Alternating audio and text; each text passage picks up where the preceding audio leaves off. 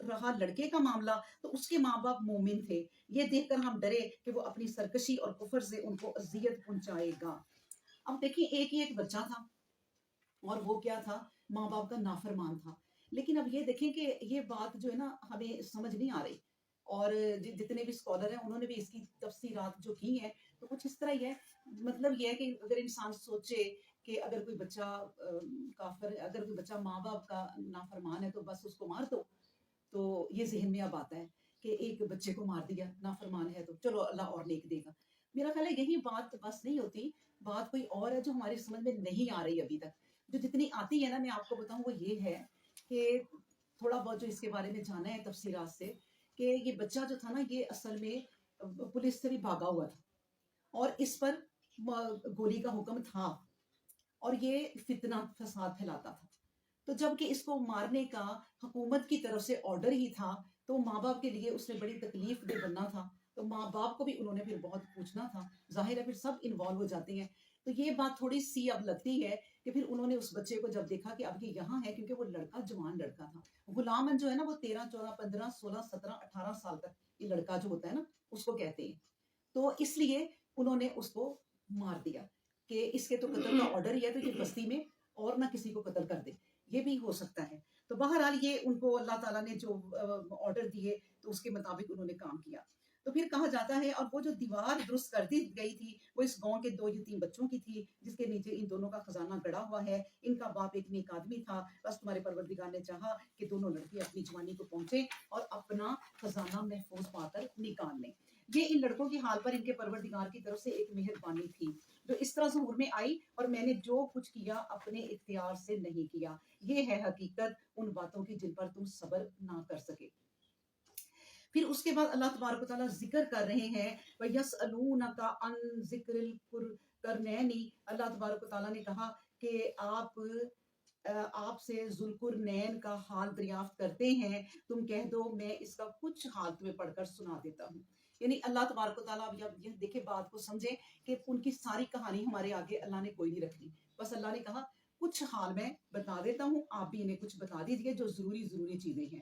ٹھیک ہے، کیا تھا کہ اِنَّا مَكَّنَّا لَهُ فِي الْأَرْضِ وَآتَيْنَاهُ مِنْ كُلِّ شَيْءٍ سَبَبًا، ہم نے اسے زمین میں حکمرانی دی تھی، نیز اس کے لیے ہر طرح کا ساز و سامان مہیا کر دیا تھا۔ ہم نے اسے زمین میں حکمرانی دی تھی، ٹھیک ہے، اللہ نے ان کو اچھی یعنی اچھا امیر بنایا تھا، بادشاہ کہا جاتا ہے کہ ذوالقرنین ایک بادشاہ بھی تھا، اللہ نے اسے بہت نوازا ہوا تھا، تو اس نے ایک مہم کا ساز و سامان کیا۔ اب دیکھیں جس کو اللہ تعالیٰ نے دیا ہے نا تو بہت دیا ہوا ہے، تو فَأَتْبَعَ تو سببا، تو انہوں نے پھر ایک مہم کا ارادہ کیا۔ تو اس کا کیا مطلب ہوا کہ اللہ نے اگر کسی کو بہت کچھ دیا ہوا ہے تو پھر اللہ کی راہ میں نکلنا چاہیے، کیونکہ اس کے پاس سارے اسباب ہیں، اس کے پاس گھوڑے مطلب کہ کنوینس ہر طرح کی چیزیں ہیں، اوزار ہیں، دولت ہے، ہر چیز ہے، تو پھر اللہ کی مہم کے لیے نکلے۔ اب اللہ کی مہم کیا ہے کہ وہ ساری دنیا میں پھرنا چاہ رہا ہے کہ اور دیکھنا کیا چاہ رہے ہیں کہ اللہ کا نام توحید پھیلا ہوا ہے کہ نہیں، اللہ کے لیے وہ نکلے ہیں اور اس مقصد کے لیے، یہاں تک کہ وہ کہاں پہنچے حتیٰ اذا بلغ مغرب الشمس، یہاں تک کہ سورج کے ڈوبنے کی جگہ پہنچ گیا، وہاں اسے سورج ایسا دکھائی دیا جیسے ایک سیاہ دلدل کی جھیل میں ڈوبا جاتا ہے، اور اس کے قریب ایک قوم کو بھی آباد پایا۔ ہم نے کہا اے ذوالقرنین تو چاہے انہیں عذاب میں ڈالے، چاہے اچھا سلوک کر کے اپنا بنا لے، کیونکہ اب یہ بھی اللہ کے نبی تھے۔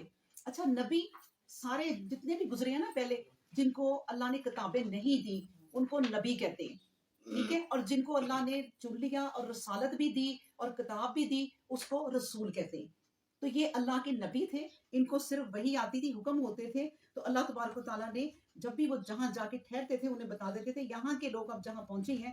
سورج کی بات کی ہے، مطلب یہ ہے کہ ایک ہم کہتے ہیں نا سورج کی یعنی حد تک پہنچ جانا، حالانکہ حد تک نہیں پہنچ سکتے، یعنی مطلب یہ کہ وہ اتنا سفر کرتے تھے، اتنی دور وہ پہنچے تھے کہ اللہ تبارک و تعالیٰ نے کہا اب یہاں جہاں تم پہنچے ہو ان کی بستی کے لوگ عجیب سے ہیں، اب ان کے ساتھ تم جو بھی سلوک کرنا چاہو ہمیں منظور ہے، چاہے انہیں راست دکھا دو اور اگر یہ نہیں مانتے تو چاہے انہیں عذاب دو۔ اب یہ عذاب کیوں دیں گے آپ یہ سوچیں، عذاب اس لیے نہیں دیں گے کہ مجھے مان جاؤ، میں تمہارا حکمران ہوں اور میں نے تمہیں ون کر لیا، جیت لیا ہے، اب تم پر میری حکمرانی ہے، نہیں، انہوں نے اللہ کا پیغام پہنچانا ہے. اگر اللہ کی توحید کو وہ مانتے ہیں تو پھر انہیں وہ کچھ نہیں کہیں گے، لیکن اگر اللہ کا نام نہیں مانتے تو پھر چاہے وہ کہ اللہ تبارک و تعالیٰ نے اجازت دے دی کہ آپ انہیں چاہے عذاب دیں اور ان کے ساتھ جو مرضی آپ سلوک کریں. قال اما من الظلم فسوف نعذبه ثم يرد الى ربه فيعذبه عذابا نکرا. ذوالقرنین بولا ہم نا انصافی کرنے والے نہیں، جو سرکشی کرے گا اسے سزا دیں گے، پھر اسے اپنے پروردگار کی طرف لوٹنا ہے، وہ سخت عذاب میں مبتلا کرے گا. اللہ تبارک و تعالیٰ کا عذاب بھی انہوں نے ڈرا دیا کہ ہم بھی اسے عذاب دیں گے، اس کی سرکشی کی سزا دیں گے. کیوں سرکشی کس کی؟ اللہ کی، کہ اگر وہ اللہ کی طرف نہیں آتا تو پھر ہم بھی سزا دیں گے اور اللہ بھی اسے عذاب دے گا. اس کے بعد کہا اور جو ایمان لائے گا اور اچھے کام کرے گا تو اس کے بدلہ میں اسے بھلائی ملے گی، اور ہم اسے ایسی ہی باتوں کا حکم دیں گے جس میں اس کے لیے آسانی ہو. اب دیکھیں اس سورت سے نا یہ بھی پتہ چلتا ہے ان آیتوں سے کہ اگر اللہ نے کسی کو یوں دیا ہو اور اللہ نے اسے پھر علم بھی دیا ہو اور وہ اللہ کا بندہ ہو تو پھر اس کے پاس طاقت بھی ہو اور اپنے لوگوں کو بھی اس نے سہولتیں دی ہوں، پھر وہ اس مہم کے لیے نکلے اور ایسے لوگوں کے پاس جا کے پھر وہ اس طرح کا کام کر سکتا ہے کہ اللہ کا پیغام پہنچائے. اب یہ نہیں ہے کہ وہ جس ملک کا رہنے والا ہے، غریب غربا ہے، اور اٹھ کے وہ یہ کام کرنا چاہے تو کوئی نہیں مانے گا. اس کے پاس اللہ کا دیا ہوا سب کچھ ہے. ایک تو بڑا آدمی اٹھ کے آپ کو پتا ہے کوئی تقریر کرے، بڑا آدمی تو سارے لوگ اٹھے ہو جاتے ہیں. ایک غریب اٹھ کے تقریر کرنے کا اس کی کوئی نہیں سنتا. تو اللہ نے ایک دولت میں ایک روب بھی رکھا ہے اور اس روب کو صحیح استعمال کرو. تو انہوں نے صحیح استعمال کیا. اس کے بعد کہا کہ حتیٰ اذا بلغا، اس کے بعد پھر اس ذوالقرنین نے ایک مہم کی تیاری کی اور وہ نکلا یہاں تک کہ سورج نکلنے کی آخری حد تک پہنچ گیا. اس نے دیکھا کہ سورج ایک جماعت پر نکلتا ہے جس سے ہم نے کوئی آڑ نہیں رکھی. ان کی حالت ایسی ہی تھی اور جو کچھ ذوالقرنین کے پاس تھا اس کی ہمیں پوری خبر تھی. اس نے پھر ایک مہم کا ساز و سامان تیار کر لیا. مطلب یہ کہ دیکھیں ان کو اللہ تعالیٰ نے، میں آپ کو بار بار یہ سمجھا رہی ہوں کہ دولت دی تھی تو وہ رکے نہیں کہ عیش و عشرت کر لیں، بینکوں میں جمع کر لیں اور بس اپنی جائیدادیں بناتے جائیں اس ملک میں، باہر کے ملکوں میں، اور اپنے بچوں کے لیے بے حد حرام کی کمائی چھوڑ جاؤ اور صرف الیکشن اس لیے کرو کہ ہم جیتیں اور بس ہماری واہ واہ ہو جائے. وہ کچھ نہیں ایسا کر رہے. ان کو اللہ تعالیٰ نے بہت پیسہ دیا تو اپنی ایک مشن کے لیے نکل رہے ہیں. جو مہم وہ انہوں کرتے ہیں اس کا مطلب ہے کہ وہ مشن کے لیے نکل رہے ہیں. مشن کیا ہے؟ اللہ کا پیغام پھیلانا. یہ مسلمانوں کا کام ہے اور یہ مسلمانوں نے کام جب سے چھوڑا ہے تب سے ہم دیکھ لیں کتنے ہم نیچے کو چلے گئے ہیں. ہماری کوئی دوسرے ملکوں میں عزت نہیں رہی اب، تو کیونکہ ہم نے یہ اللہ کا پیغام پہنچانا چھوڑا ہے. تو پھر بتایا یہاں تک کہ 2 پہاڑوں کی دیواروں کے درمیان پہنچ گیا. وہاں اس نے دیکھا کہ پہاڑوں کے اس طرف ایک قوم آباد ہے جس سے بات کی جائے تو وہ بالکل نہیں سمجھی جاتی. اب دیکھیں نا آپ سفر کریں گے تو ایک رنگ برنگے لوگوں سے گزریں گے، علاقوں سے گزریں گے، ملکوں سے گزریں گے، تو ان کی جو بولیاں ہیں وہ الگ الگ ہوں گی. اس کے لیے آپ کو ایک ترجمہ کرنے والا چاہیے جو ٹرانسلیشن کر کے بتائے. تو یہ بھی انتظام ہو گیا ہوگا کیونکہ آخر وہ بادشاہ ہیں تو وہ ہر طرح کا انتظام کر سکتے ہیں. ان کو اللہ نے بہت دیا ہے. ایسے علاقوں میں بھی گئے جن کی وہ بولی نہیں جانتے تھے. بہرحال جب جان گئے تو اس کے بعد اس قوم کے لوگوں نے کہا کہ اے ذوالقرنین، یاجوج اور ماجوج اس ملک میں آ کر لوٹ مار کرتے ہیں، کیا ایسا ہو سکتا ہے کہ آپ ہمارے اور ان کے درمیان ایک روک بنا دیں اور اس غرض سے ہم آپ کے لیے کچھ خراج مقرر کر دیتے ہیں. یعنی ان کو نا اپنی جان کے وہاں لالے پڑے ہوئے تھے جہاں پر اب یہ پہنچے ہیں کہ ایک اتنی بڑی قوم ہے جس کا نام یاجوج ماجوج ہے اور وہ بڑے اونچے لمبے لوگ ہیں، وہ آ کے ہمیں اس طرح ہر سال تباہیاں مچا جاتے ہیں. اور ہر سال وہ ہم کیا کیا تباہیاں مچاتے ہوں گے، ان کے بچوں کو مار دیتے ہوں گے، ان کو مارتے، ان کی فصلیں تباہ کر دیتے ہوں گے، لوٹ مار کرتے ہوں گے. تو انہوں نے کہا ہم اس بات سے بڑے پریشان ہیں، آپ اللہ کے بندے ہیں تو آپ ہماری ہیلپ کریں. بہرحال آگے انہوں نے کیا کہا؟ انہوں نے ذوالقرنین نے کہا میرے پروردگار نے جو کچھ میرے قبضہ میں دے رکھا ہے وہی کچھ میرے لیے بہتر ہے. مطلب یہ کہ میں بہت خود امیر ہوں، میرے پاس بہت کچھ ہے، تم میری اس طرح مدد نہ کرو پیسے سے، مگر تم اپنی قوت سے میری مدد کرو. میں تمہارے اور یاجوج ماجوج کے درمیان ایک مضبوط دیوار کھڑی کر دوں گا. اب دیکھیں ان باتوں سے نا ہمیں سمجھنا چاہیے اپنی زندگی کے بارے میں کہ ہم لوگ کیا زندگی گزار رہے ہیں، ہماری حکومتیں کیا زندگی گزار رہی ہیں. ہمیں قرآن سے سیکھنا پڑے گا. اب دیکھیں قرآن ہمیں یہ سکھاتا ہے کہ اپنی قوم پر ٹیکس کے اتنے بوجھ نہ ڈالو کہ آپ کی قوم آپ کو پسند ہی نہ کرے، کہ آپ ٹیکس دے دے کے جو ہے نا وہ رہ جاؤ.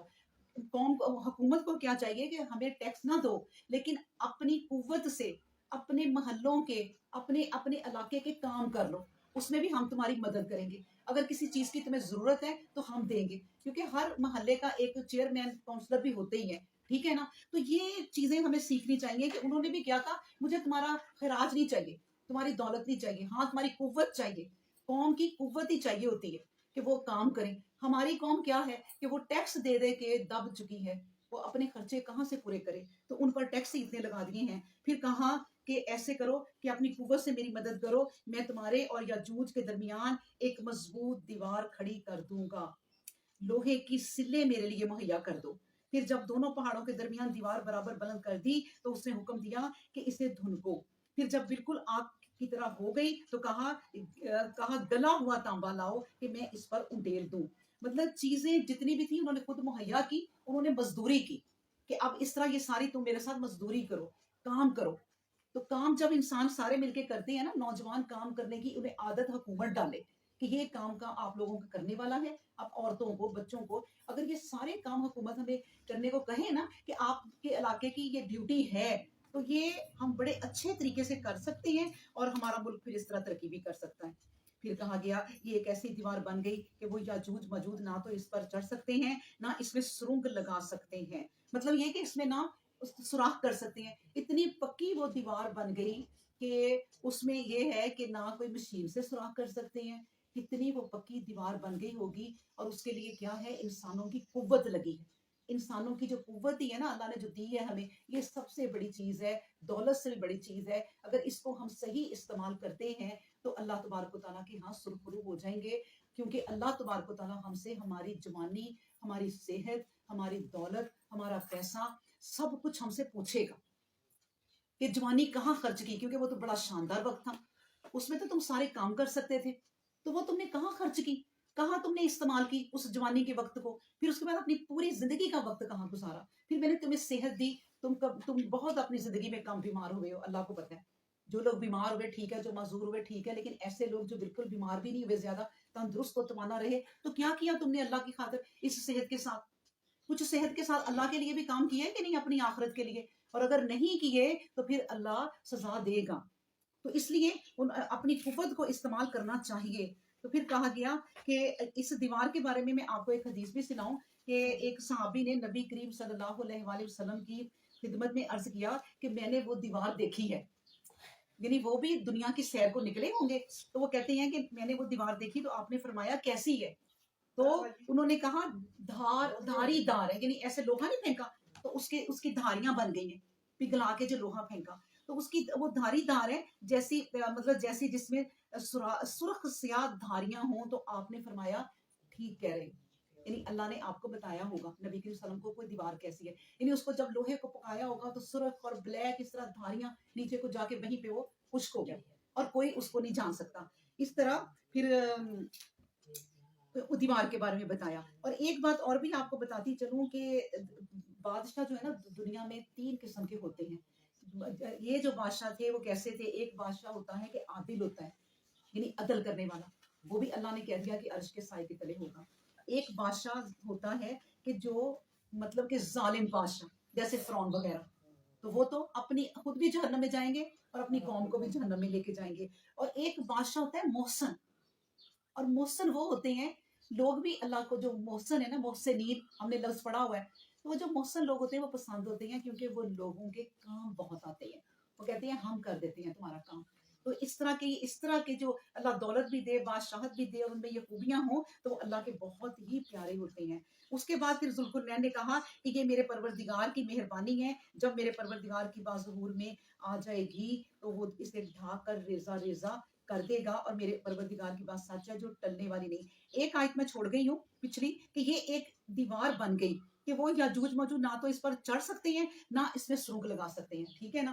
اور پھر اس کے بعد دوسری پڑھی میں نے آیت, تو دیکھیں بات اللہ تبارک و تعالیٰ ہمیں یہ سکھا رہے ہیں کہ ایسے ہوتے ہیں انسان, جتنا مرضی آپ مضبوط ہوں, بادشاہ ہوں, آپ کو حکومت دی جائے, لیکن کام اپنے اللہ کی طرف لے جاؤ. اگر آپ نے کوئی ملک کی تعمیراتی کام کیے ہیں, یہ نہیں کہ آپ کھڑے ہو کر اب اعلان کریں اور لوگوں کو اکٹھے کریں اور واہ واہ کریں. ایک سڑک بنا کر بھی آپ لوگوں میں اعلان کرتے پھریں کہ اب ہم نے یہ سڑک بنائی ہے, اس پہ اتنا پیسہ لگا ہے.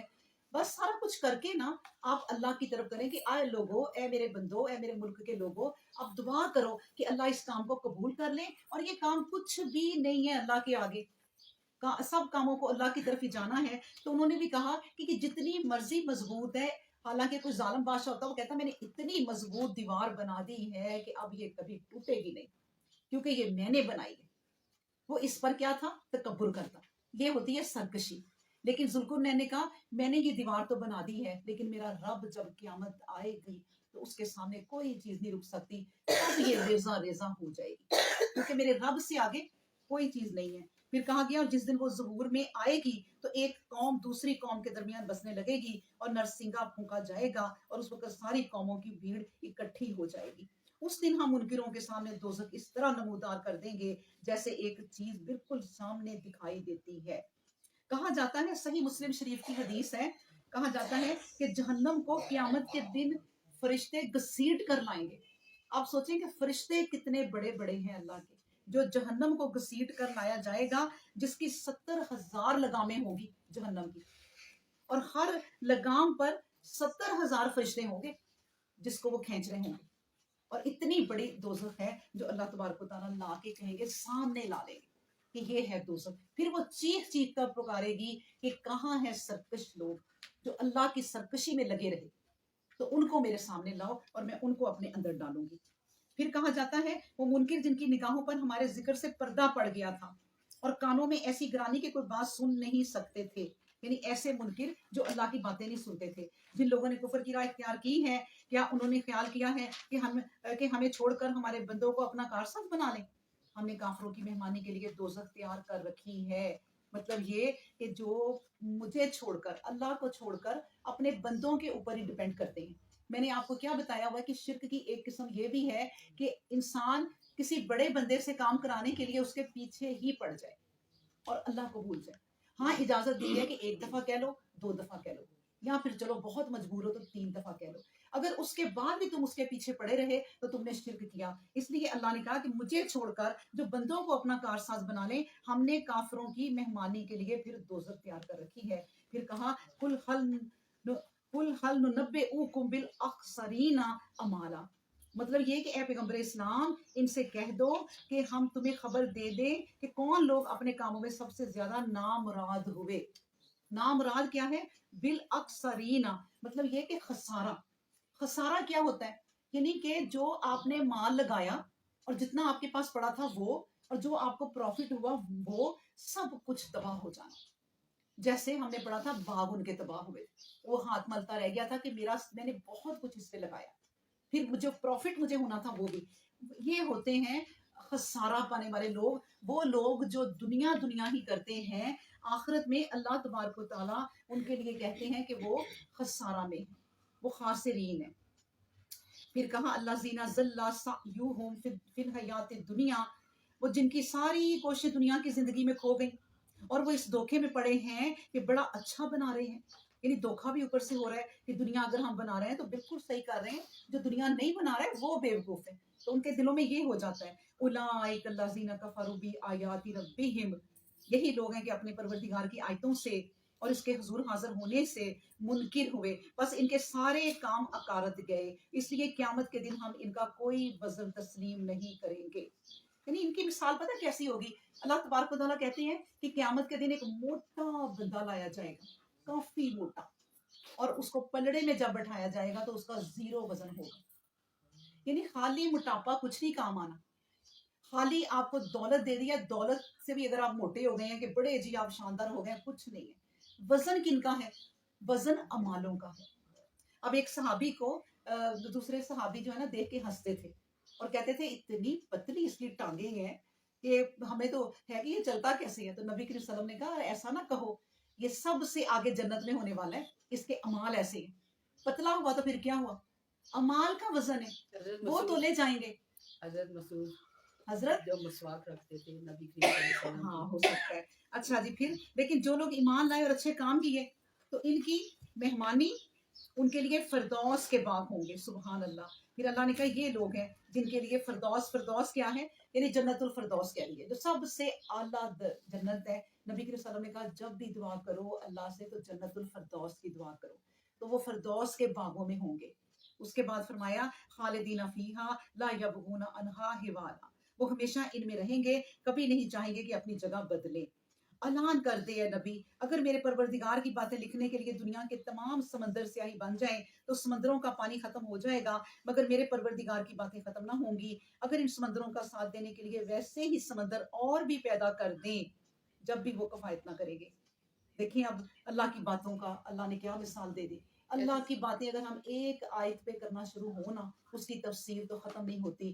حضرت علی رضی اللہ تعالیٰ عنہ نے سورۃ فاتحہ کی تفسیر لکھی اور اتنی لکھی کہ ختم ہی نہیں ہو رہی تھی، آخر انہوں نے اس کو ختم کر دیا، جلا دیا کہ یہ نہیں لوگ پڑھ سکیں گے، کیونکہ اللہ کی باتیں ختم نہیں ہوتی۔ اور ہم اکثر کہتے ہیں کہ کیسے ہم کسی آیت کو چھوڑ کر جائیں، اور وقت نہیں ہوتا ہمارے پاس اتنا کہ اس کی تفسیر کر سکے، کیونکہ اللہ نے کہہ دیا کہ جتنی دنیا کے سمندر ہیں وہ سیاہی بن جائیں اور جتنی درخت ہیں وہ قلم بن جائیں اور یہ کم پڑ جائیں، میں اتنے ہی اور دے دوں، پھر بھی اللہ کی باتیں جو ہے نا وہ ختم نہیں ہوتی۔ لا تنفدا کلمات ربی، تیرے رب کی باتیں کبھی ختم نہیں ہونے والی۔ بس یہ بات ہے کہ کل انما انا بشر مثلکم، آپ کہہ دیجئے تو اس کے سوا کچھ نہیں ہوں، میں اس کے سوا کچھ نہیں ہوں کہ تمہارے ہی جیسا ایک آدمی ہوں، البتہ اللہ نے مجھ پر وحی کی ہے، کیا تمہارا معبود ایک ہی ہے، اس کے سوا کوئی نہیں، اور جو کوئی اپنے پروردگار سے ملنے کی آرزو رکھتا ہے وہ اچھے کام انجام دے اور اپنے پروردگار کی بندگی میں کسی کو شریک نہ کرے۔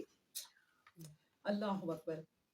ایک حدیث میں نے نوٹ کی، حضرت ابو سعید خدری رضی اللہ عنہ کا بیان ہے کہ ہم نبی کریم صلی اللہ علیہ وسلم کے پاس باری باری آتے، رات گزارتے، یعنی یہ ان کا بڑا کام ہوتا تھا کہ آج میں جاؤں، تو کہتے کبھی آپ کا کوئی کام ہوتا ہم کر دیتے، تو ایسے لوگ بہت زیادہ تھے جو اس طرح کرتے تھے، تو کبھی اکٹھے بھی ہو جاتے تھے۔ کہتے ایک شب ہم سب کچھ باتیں کر رہے تھے، تو نبی کریم صلی اللہ علیہ وسلم نے کہا کیا آہستہ آہستہ باتیں کر رہے ہو، کیا باتیں ہو رہی ہیں؟ تو انہوں نے کہا کہ نبی کریم صلی اللہ علیہ وسلم ہم کوئی ایسی ویسی باتیں نہیں کر رہے، تو یا رسول اللہ ہم یہ باتیں کر رہے ہیں دجال کی، تو ہم پہ دہشت طاری ہو گئی جب ہم دجال کی باتیں کر رہے تھے۔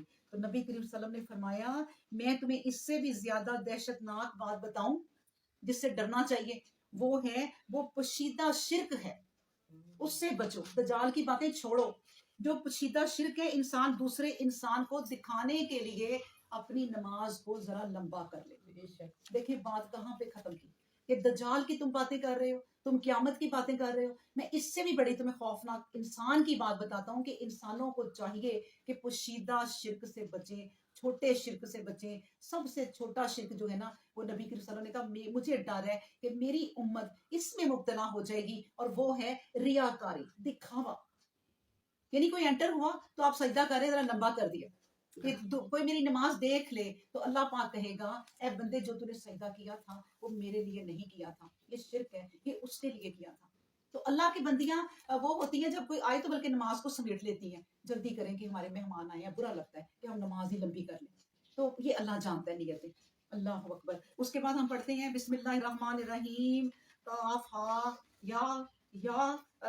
ہا یا عین صاد، ذکر رحمتی ربی کا ابدہ ذکریہ، تیرے پروردگار نے اپنے بندے ذکریہ پر جو مہربانی کی تھی یہ اس کا بیان ہے۔ جب ایسا ہوا تھا کہ ذکریہ نے چپکے چپکے اپنے پروردگار کو پکارا، ہم کون سی سورت پڑھنے لگے ہیں؟ سورہ مریم، ٹھیک ہے، سورہ مریم ہم پڑھنے لگے ہیں جو مکہ میں نازل ہوئی تھی۔ تو کہا کہ اذ نادى ربه نداء خفیا، جب ایسا ہوا تھا کہ ذکریہ نے چپکے چپکے اپنے پروردگار کو پکارا، اس نے عرض کیا، کیا کہا اس نے؟ قال ربی انی وحان العظم منی، اس نے عرض کیا اے میرے پروردگار میرا جسم کمزور پڑ گیا ہے، میرے سر کے بال بڑھاپے سے بالکل سفید ہو گئے ہیں، اے میرے رب کبھی ایسا نہیں ہوا کہ میں نے تیری جناب میں دعا کی ہو اور محروم رہا ہوں۔ بے شک۔ تو اب اللہ کو یہ بات دیکھیں، وہ بتا رہے ہیں کہ آپ ایسی ذات ہیں کہ میں نے جتنی دعائیں کی ہیں آپ قبول کرتے ہیں۔ تو آج ایک میں عجیب سی دعا کر رہا ہوں کہ میں تو بڑا ہو چکا ہوں، میرے سر کے بال سارے سفید ہو چکے ہیں۔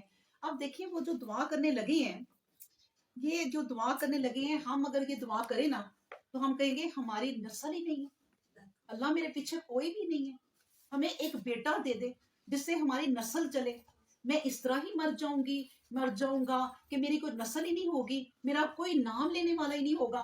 حالانکہ آپ کے 10 بیٹے بھی ہوں، آپ کے 12 بیٹے ہوں، اس سے بھی زیادہ ہوں، ایک وقت آتا ہے نام لینے والا کوئی نہیں رہتا، نام صرف اور صرف اللہ کا ہے اور کسی کا نہیں۔ اب یہ جو دعا کرنے لگے ہیں انہوں نے اپنے بیٹے کے لیے اپنی وراثت کے لیے نہیں کی، انہوں نے کہا اللہ میں چلا دین جاؤں گا تو بچانے میرے کے لیے۔ بعد تیرا نام میری نسل میں سے کون لے گا؟ میری نسل میں سے ہونا چاہیے کہ جو آپ کا نام آگے بڑھائے۔ تو یہ دعا کر دی۔ ظاہر ہے جوانی میں دعا کرنے کا یہ دھیان نہیں کیا ہوگا کہ کیونکہ اللہ کے کاموں میں مصروف ہوں گے، جب دیکھا کہ میرا جسم اب کمزور ہو گیا ہے، اب اللہ کا پیغام میری نسل میں سے کون پہنچائے گا؟ انہیں یہ فکر ہوئی۔ ہمیں یہ فکر ہوتی ہے کہ ہمارے بچے ہوں، ہمارا نام رہے، کیا کرنا ہے ہم نے نام کو؟ نام تو مٹی جانا ہے، ہاں اچھے کام کر جائیں تو اللہ تبارک و تعالیٰ اس کے اجر بے شمار دے گا۔ پھر کہا اللہ سے انہوں نے کہا وَإِنِّي خِفْتُ الْمَوَالِيَ، مجھے اپنے مرنے کے بعد اپنے بھائی بندوں سے اندیشہ ہے کہ نہیں معلوم وہ کیا کریں، اور میری بیوی بانج ہے، بس تم اپنے خاص فضل سے مجھے ایک بڑا وارث یعنی بیٹا بخش دے۔ اب دیکھیے نا، انہیں کہہ دیا کہ میری قوم تو پہلے مجھے لگتا ہے میں سمجھا بھی رہا ہوں تو وہ زیادہ نہیں سمجھتے، تو میں سمجھا کے بڑا بھی ہو گیا، انہیں لائن پہ لاتا ہوں، تو اب اس کے بعد کیا ہوگا؟ قوم کی فکر ہوئی، تو آپ ایسا کریں کہ مجھے ایک بیٹا دے دیں۔ پھر کہا کہ ایسا وارث جو میرا بھی وارث ہو اور خاندان یعقوب کا بھی، اور اے پروردگار ایسا کر دے کہ پسندیدہ ہو۔ یعنی اپنی اولاد کی اگر آپ دعا کریں تو کہا کریں کہ اے اللہ مجھے نیک صالحہ اولاد کر، جو تیرا ذکر کرنے والی ہو، جو جس کی نسلوں میں پھر آگے شرک کرنے والے کوئی نہ ہو۔ یعنی نیک اولاد کی تمنا کریں، اللہ سے صحیح بات کریں جو آپ کی آخرت کے کام آئے۔ اس کے بعد ہے یا زکریا، اے زکریا علیہ السلام، ہم تجھے ایک لڑکے کی خوشخبری دیتے ہیں، اس کا نام یحییٰ رکھا جائے گا۔ اس سے پہلے ہم نے کسی کے لیے یہ نام نہیں ٹھہرایا۔ یحییٰ بہت پیارا نام ہے، اور یہ نام ایسا ہے اگر مجھے پتا ہوتا، جو میں نے اب قرآن میں پڑھا 20 سال سے، تو میں ضرور اپنے بیٹے کا نام یحییٰ رکھتی، کیونکہ یہ وہ نام ہے جو اللہ نے خود رکھا تھا ہی نہیں کسی کا، ہے ہی نہیں کسی پہلے کا، تھا ہی نہیں تھا ہی نہیں کسی کا پہلے، کہ اللہ نے یہی کہا ہم نے ایک آپ کو نیا نام دیا ہے۔ اللہ کو کیا پسند آیا؟ ان کی دعا کرنے کا طریقہ۔ انہوں نے کہا آپ نے بیٹا مانگا ہے، ہم آپ کو ایک اور تحفہ دیں گے، نام بھی ہم آپ کو خود ہی بتا دیتے ہیں۔ اللہ نے ہی نام بتا دیا۔ یہ ہے اللہ کی عبادت کرنے والے بندوں کے لیے اللہ کی نعمت ہے۔ تو اللہ نے کہا اس کا نام ہم نے یحییٰ پہلے ہی بتا دیتے ہیں۔ اس کے بعد کہا اے زکریا، ہم تجھے ایک، زکریا نے متعجب ہو کر کہا کہ اے پروردگار، میرے ہاں لڑکا کیسے ہو سکتا ہے؟ میری بیوی تو بانجھ ہو چکی ہے اور میرا بڑھاپا دور تک یعنی مایوسی کی حد تک پہنچ چکا ہے۔ اور ارشاد ہوا ایسا ہی ہوگا۔ تیرا پروردگار فرماتا ہے کہ ایسا کرنا میرے لیے کچھ مشکل نہیں، میں نے اس سے پہلے خود تجھے پیدا کیا، حالانکہ تیری ہستی کا نام و نشان نہیں تھا۔ یعنی تو بھی کیا تھا؟ اپنی ماں کے پیٹ میں ایک لوتھڑا تھا نا، نام و نشان نہیں تھا۔ تو تیرا بچہ بھی ایسے ہی کر دے گا، اللہ کے لیے کوئی مشکل نہیں ہے۔ یہ ہے پیغمبروں کے ساتھ اللہ کی نشانیاں، اور یہ پیغمبروں کے ساتھ خاص اللہ کے معجزے۔ اور اللہ اب بھی کسی بندے کو اگر بڑھاپے میں اولاد دیتا ہے 50 سال کے بعد، 60 سال میں، اور عورت کو بھی، تو یہ ایک اللہ کی بہت بڑی نشانی ہے، بجائے کہ ایسے بندوں کو اولاد ہو اور جو دوسرے رشتہ دار ہیں وہ ان کو تانے دیں اس بڑھاپے میں، جی انہیں دیکھو ذرا کیا سوجی، اس بڑھاپے میں انہوں نے بچہ پیدا کر لیا، اب پالے گا کون؟ یعنی ہمارے ہاں اللہ کی نشانی نہیں دیکھی جاتی، بلکہ اس کو باتیں کی جاتی ہیں۔ بندہ یہ کہے یہ تو اللہ کی نشانی ہے، جس روح کو اللہ نے بھیجنا ہی ہے، کوئی اسے روک نہیں سکتا۔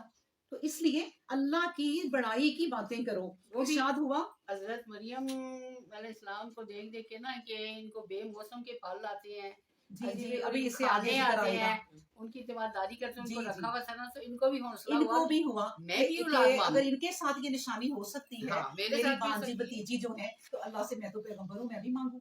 یہ ہے کہ انسانوں سے اچھی باتیں سیکھنی چاہیے۔ ارشاد ہوا کہ ایسا ہی ہوگا۔ اس کے بعد فرمایا کہ اس پر زکریا علیہ السلام نے عرض کیا اے میرے رب، میرے لیے ایک نشانی ٹھہرا دے۔ فرمایا تیری نشانی یہ ہے کہ تو 3 رات لگاتار لوگوں سے بات چیت نہ کرے۔ اب دیکھیے نا، بات یہ ہے کہ اب اتنی بڑی بات مانگ لی ہے اللہ سے، اور خود بھی کچھ متزلزل ہیں کہ اللہ کیسے، پتہ بھی ہے کہ اللہ سب کچھ کر سکتا ہے، لیکن پھر بھی انسان ہے نا، تو کہا کہ پھر اچھا مجھے کوئی نشانی بتا دیں کہ مطلب یہ کہ مجھے پکا پتا چل جائے کہ یہ ہونا ہے۔ تو اللہ نے کہا 3 دن تم بات نہیں کر سکو گے۔ اب یہ اللہ نے کہا وہ اپنی مرضی سے بات نہیں کرنا چھوڑیں گے، اللہ نے زبان جو ہے نا، اللہ نے کہا کہ آپ 3 دن بات نہیں کر سکیں گے، اللہ نے بند کر دی۔ لیکن پھر بھی آپ آگے دیکھیں کہ پھر انہوں نے کہا، پھر وہ نکلا اپنے لوگوں میں آیا، اس نے اشارے سے کہا کہ صبح اور شام اللہ کی پاکیزگی، اللہ کی پاکیزگی اور جلال کی صدائیں بلند کرتے رہو۔ مطلب یہ کہ زبان اللہ نے ابھی 3 دن کے لیے چپ کرا دی ہے، مگر اللہ کا پیغام پھیلانا انہوں نے نہیں چھوڑا۔ چپ کر کے گھر میں بیٹھ جاتے کہ میں بول تو سکتا نہیں ہوں، بلکہ اللہ کرے مجھے کوئی نہ ملے, کسی کو پتہ نہ چلے کہ میں یہ اللہ کی نشانی لے رہا ہوں اور میں بول نہیں سکتا. نہیں, انہوں نے اپنی ڈیوٹی نہیں چھوڑی, وہ اللہ کے نبی تھے. انہوں نے کہا میں اب بھی جا کے اللہ کا پیغام پھیلاؤں گا کہ دیکھو لوگوں, صبح و شام اللہ کا ذکر کرتے رہے. یہی بات ہے, انہیں تو وہ فکر کھا گئی تھی کہ اب میرے بعد نہیں کون کہے گا, تو اس لیے اللہ کو بھیج تاکہ وہ تیرا پیغام آگے دے. پھر کہا کہ اے یحییٰ, کتاب الہی کے پیچھے مضبوطی کے ساتھ لگ جا. چنانچہ وہ ابھی لڑکا ہی تھا کہ ہم نے اسے علم و فضیلت بخش دی. اب دیکھیں اللہ تبارک و تعالیٰ کی باتیں آپ دیکھیں کتنی پیاری ہیں. اب کوئی ہمیں اس کے پلنے کی ہسٹری نہیں بتائی, کوئی کچھ نہیں, پورا ایک وقت گزر چکا. اس بڑھاپے میں انہوں نے اسے کیسے پالا, کتنی تکلیفیں سہی ہوں گی, لیکن اللہ تبارک و تعالیٰ ان ساری چیزوں کو سکپ کر گئے, کیونکہ ان کا بتانا کوئی ضروری نہیں ہے. ہر بندہ جانتا ہے کہ وہ بچے کیسے پالتا ہے, لیکن اللہ نے اب اس کی جوانی کی بات کر دی فوراً. اسے اپنے خاص فضل سے دل کی نرمی اور نفس کی پاکیزگی عطا فرمائی. وہ پرہیزگار تھا, اور کیا تھا, اور ماں باپ کا خدمت گزار تھا, سخت گیر اور نافرمان نہ تھا, بڑا نرم دل تھا. اور پھر کہا, اللہ تبارک و تعالیٰ نے کہہ دیا وَسَلَامٌ عَلَيْهِ يَوْمَ وُلِدَ وَيَوْمَ يَمُوتُ وَيَوْمَ يُبْعَثُ حَيًّا. اب دیکھیں انسان کی زندگی میں